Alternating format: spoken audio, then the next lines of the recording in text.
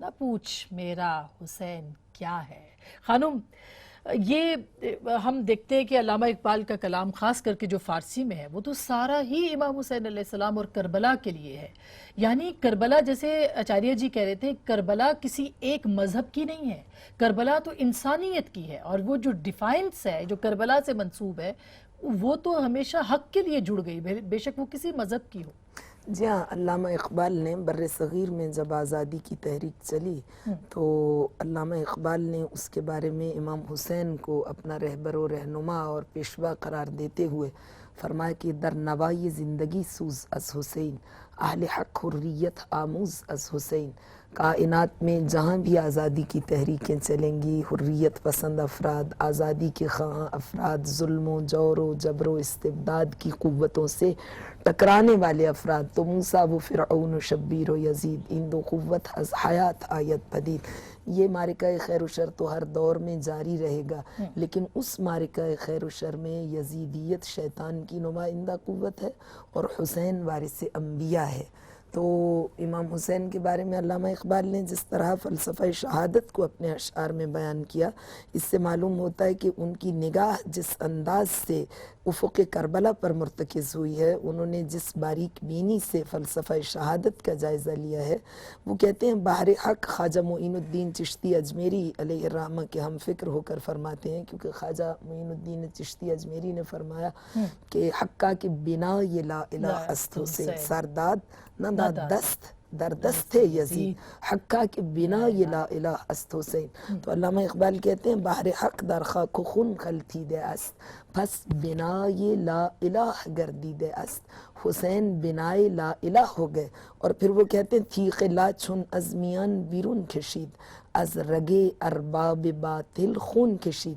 یہ جو رگ گردن ہے در حقیقت یہ تیغ لا الہ ہے، اور جو محراب مقتل ہے وہ مجاہد کے واسطے باطل کے پرخچے اڑانے کے لیے حقیقی رزمگاہ اور میدان نبرد ہے.